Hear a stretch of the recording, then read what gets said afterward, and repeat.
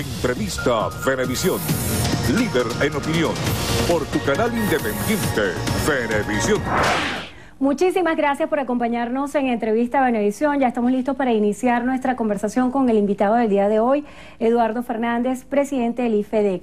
Gracias por estar con nosotros. Muchas gracias por la invitación, muy complacido de estar aquí. Hay muchos temas interesantes que abordar el día de hoy, sobre todo tratándose de lo que sucedió el día de ayer y la respuesta que ha dado ante esta denuncia que se formuló ante el Ministerio Público por parte de la canciller Delcy Rodríguez al presidente de la Asamblea Nacional, hablando de confabulación con potencias extranjeras, traición a la patria, entre otros aspectos. Hoy el presidente de la Asamblea, Henry Ramos Ayub, daba respuesta a esta denuncia, y para cualquier ciudadano del mundo resultaría muy extraño que un canciller denuncie al presidente de un parlamento o que se produzcan este tipo de duelos o confrontaciones.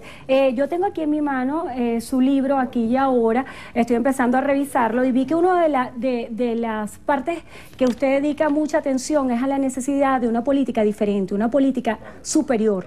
Y también hace referencia de un modo crítico a que se requiere una oposición distinta, tal vez esto comprendiendo que usted tiene una postura totalmente diferente a la del Ejecutivo Nacional, lo pone en el ojo del huracán por tener esta postura tan crítica. ¿Qué es lo que hace falta para entender la complejidad de lo que sucede hoy en Venezuela? Lo que hace falta es, sobre todo, pensar en Venezuela. No pensar en mi proyecto personal, no pensar en los intereses del gobierno o en los intereses de la oposición, sino pensar en los intereses del país. El país está en una crisis muy grande y esa crisis afecta a los ciudadanos. Los ciudadanos están en este momento pasando hambre. Hay muchos ciudadanos venezolanos que están registrando potes de basura para tratar de conseguir algo de comer. Los ciudadanos están sufriendo el desabastecimiento, el alto costo de la vida. Cuando por fin consigues un producto, no tienes dinero para comprarlo. Esos son los problemas que está sufriendo la familia venezolana. Un padre o una madre venezolana que no consigue medicinas para atender la enfermedad de un hijo. Esos son los problemas del país. La gente que está padeciendo los rigores de la inseguridad, de la delincuencia. Y yo estoy seguro que todos los ciudadanos quisiéramos ver a nuestros líderes ocupándose de los problemas del país. No de dimes y diretes, y no de peleitas subalternas, y no de que tal o cual, sino, oiga, ¿cómo abordamos la solución de la gravísima crisis que está atravesando Venezuela? A eso también usted le dedica un capítulo que habla del Estado al servicio de los ciudadanos y no al revés. Exacto. Pero ¿cómo superar el momento que vive Venezuela? Porque pareciera que los temas son recurrentes, y también la agenda temática que tenemos nos invita cada semana a atender un aspecto diferente sin abordar la profundidad de la crisis que vive el país. En el libro lo que procuro es decir varias cosas. Primero, la crisis que está sufriendo Venezuela es muy grave. Otros países han tenido crisis tan graves o más graves. Nosotros tenemos, por ejemplo, una inflación intolerable de 700%. Pero un país latinoamericano, amigo nuestro, hermano nuestro, que es Bolivia, llegó a tener 5.000% de inflación, y Argentina, y Chile, y otros países. Alemania también tuvo problemas inflacionarios terribles, y encima una guerra mundial que destruyó completamente el país, y salieron de esas crisis. Mi libro quiere ser una invitación al optimismo, a la confianza en Venezuela, a que a pesar de todas las dificultades vamos a salir adelante. Pero que tenemos que darle una gran jerarquía al debate político.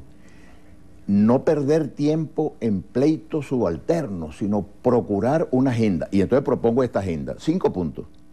Tenemos una crisis política, y yo diría que esa crisis política se resolvería si hacemos honor al artículo 136, creo que es de la Constitución Nacional, que dice que las ramas del poder público deben colaborar entre sí para resolver los problemas de los ciudadanos, que es lo más importante en una democracia, los ciudadanos. El problema no es, oye, qué agudo es fulano de tal para insultar al gobierno, o qué agudo es el gobierno para contestarle a fulano de tal. Eso es perder tiempo. Lo que tenemos que hacer es ver problemas políticos, problemas económicos. La economía venezolana tiene varios años metido en las dos peores enfermedades que puede tener una economía son inflación y decrecimiento, falta de crecimiento económico, porque nos estamos la caída del Producto Interno Bruto. La caída del Producto Interno Bruto, muy bien dicho, lo has dicho técnicamente muy bien. Ahora, ¿cómo reanimamos el aparato productivo del país? No es complicado. Resolver el problema económico venezolano es relativamente sencillo, pero supone... El gobierno ha dicho en varias ocasiones que es víctima de una guerra económica. ¿Usted cree que existe una guerra económica contra Venezuela? Yo creo que ya ese argumento es perfectamente fastidioso, porque si la guerra económica es lo que nos tiene tan mal como estamos, oye, tienes que ganar la guerra o irte. Entonces, si no eres capaz de ganar la guerra, vete para tu casa. Pero no puedes darme ese argumento año tras año y los venezolanos cada día estamos viviendo peor. ¿Qué es lo que hay que hacer? Aplicar políticas económicas sensatas. ¿Qué tenemos que hacer? Necesitamos conseguir un apoyo financiero internacional para atender los problemas más urgentes de poner comida en la mesa de la familia venezolana. Eso me da pie también para consultarle algo. También en el libro usted hace referencia a que la crisis hace necesaria la unidad. Claro. JJ Rendón ofreció unas declaraciones que se convirtieron en muy controversiales porque hablaba de que la mesa de la unidad democrática estaba muerta. ¿Cree usted que la MUD está muerta? No, yo no creo que esté muerto. A mí no me gusta hablar de muertos, además. Yo creo que todos tenemos algo que aportar en la mesa de la unidad democrática, que es un acuerdo político electoral, sobre todo. Eso no es un partido político, es una facción, si lo vemos una desde el punto agrupación de partidos. Teórico. Hay mucha gente valiosa y muchas ideas valiosas. Yo quisiera que fueran mejor todavía, que tuvieran una actitud más propositiva, que los partidos estuvieran mejor. Los partidos están muy débiles en Venezuela y no hay democracia sin partidos políticos. Yo quisiera que hubiera partidos mucho más representativos, con mucha más fuerza, que tuvieran capacidad de interpretar el momento que estamos viviendo los venezolanos. Necesitamos mejor gobierno y necesitamos más que oposición. El país necesita alternativa, es decir, que el país... Propuestas. Sentir que hay una gente que tiene claro qué es lo que hay que hacer, no quién. Quién es importante, pero lo más importante es saber qué es lo que vamos a hacer. Por ejemplo, si se diera el referéndum revocatorio, en un mes hay que elegir un nuevo presidente. Yo no sé si está todo preparado para que en un mes se defina quién es la persona que se va a postular. A su juicio, el referéndum revocatorio irá en el 2016. Mira, es una figura que está consagrada en la Constitución y el país quisiera un cambio. Entonces, es natural que los líderes de la alternativa digan, hay un mecanismo en la Constitución, un mecanismo legal, democrático, aplíquese. Es comprensible, por cierto, que el gobierno trate de evitarlo, porque el resultado del referéndum no es un misterio para nadie. El gobierno sabe perfectamente bien cuál sería el resultado del referéndum y la oposición también.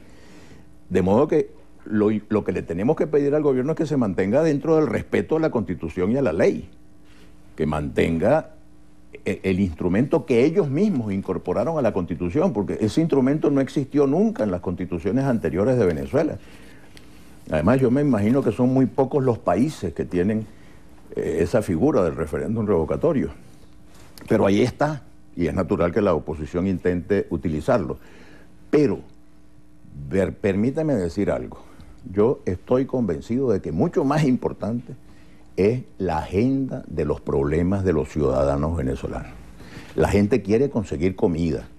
La gente quiere ver los mercados llenos de bienes y servicios y productos al alcance de su bolsillo, que el dinero que yo tengo me permitan comprar esa cosa. Y la solución de los problemas económicos, más allá de la argumentación de la guerra, es relativamente sencilla.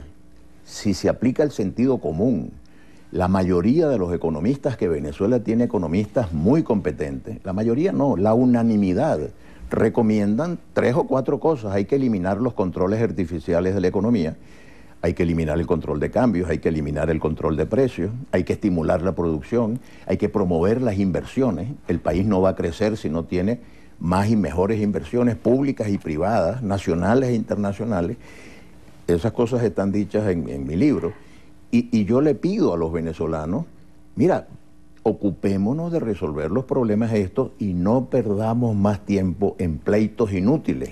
Promovamos grandes consensos para que el país pueda progresar. Un aspecto importante de la economía es el presupuesto que hace el Ejecutivo para cada año. Claro. El presidente Nicolás Maduro anunció el día de ayer que la consulta del presupuesto 2017 no se hará a la Asamblea Nacional, sino que se consultará al Tribunal Supremo de Justicia porque considera que la Asamblea Nacional está en desacato. ¿Considera usted esto la vía correcta? Perfectamente absurdo. La esencia de la democracia es la independencia y la autonomía de las ramas del poder público. Y el Parlamento nació, en la historia universal apareció la figura del Parlamento para examinar los ingresos del Ejecutivo, porque esos no son dinero del partido de gobierno, ese es el dinero de todos nosotros los venezolanos, es nuestro dinero. Entonces nuestros representantes que están en la Asamblea Nacional son los que tienen que evaluar cuánto dinero hay, en qué se va a invertir, cuáles son las prioridades, en qué cosas no vale la pena invertir y tal. Eso es una relación que tiene que haber entre el Ejecutivo y el Legislativo, que debería ser mucho más constructiva. Y yo lamento mucho que la relación entre el Ejecutivo y el Legislativo en Venezuela sea tan mala como es. No me voy a poner a especular quién tiene más culpa que el otro, pero en todo caso no es lo que los venezolanos quisiéramos que fuera. ¿Qué hace falta para que en Venezuela se imponga el diálogo? Yo quiero asociar este planteamiento a lo que sucedió en Colombia tras el no que se impuso en la consulta que se hizo sobre el acuerdo de paz. Y el presidente Santos decía que las polarizaciones son negativas y ahora está convocando unas mesas de trabajo para analizar de qué manera se fijan los acuerdos de paz. ¿Cómo hacer en Venezuela para que exista un acuerdo y unir esta respuesta también acerca del impacto que tiene lo que sucedió en Colombia en nuestro país? Yo tengo la impresión de que el resultado del plebiscito ha provocado un incremento del patriotismo. Me explico. El presidente Santos reaccionó muy democráticamente. Salió en la televisión en un discurso brevísimo, por cierto, no creo que llegó a 3 minutos, y dijo, acepto que el resultado fue el no, y por tanto llamaré a los líderes de los partidos que promovieron el no para que me digan qué piensan ellos que debemos hacer ahora. Y los líderes que promovieron el no, entre los cuales el más importante, Álvaro Uribe, el presidente Uribe y también el presidente Pastrana, inmediatamente manifestaron su disposición a ir. El presidente Uribe no fue a la primera reunión, pero dijo, voy a la segunda. Y se está produciendo el diálogo. ¿Por qué? ¿Qué es lo que está en juego? La paz. Y todos los colombianos, unánimemente, los que votaron por el sí, los que votaron por el no, seguramente quieren la paz. Y los líderes quieren la paz. Entonces el resultado del referéndum, del plebiscito, los puso a pensar en el interés nacional. El interés nacional es la paz en Colombia. ¿Qué quisiera yo que ocurriera en Venezuela? Con este gobierno o con un gobierno que lo sustituyera, que hubiera suficiente patriotismo como para decir, mira, el interés nacional nos obliga a buscar los consensos fundamentales que permitan resolver los problemas económicos, los problemas sociales, los problemas de infraestructura, por ejemplo, el agua, la luz eléctrica, la seguridad, la educación, la salud. Esos son los problemas que tenemos que abordar, porque son los que afectan a los ciudadanos, son los que afectan a la gente. Entonces yo quisiera una política más centrada en la persona humana de cada venezolano, no en los pleitos entre los líderes, no en los intercambios de insultos o de improperios, sino en la búsqueda de la solución nacional. Se nos agotó el tiempo. Qué lástima. Agradecemos su presencia aquí en el estudio de Noticiero Venevisión y bueno, siempre las puertas abiertas para analizar diversos temas. Gracias por estar con nosotros y gracias a ustedes también por habernos acompañado. Eduardo Fernández, presidente del IPEDEC.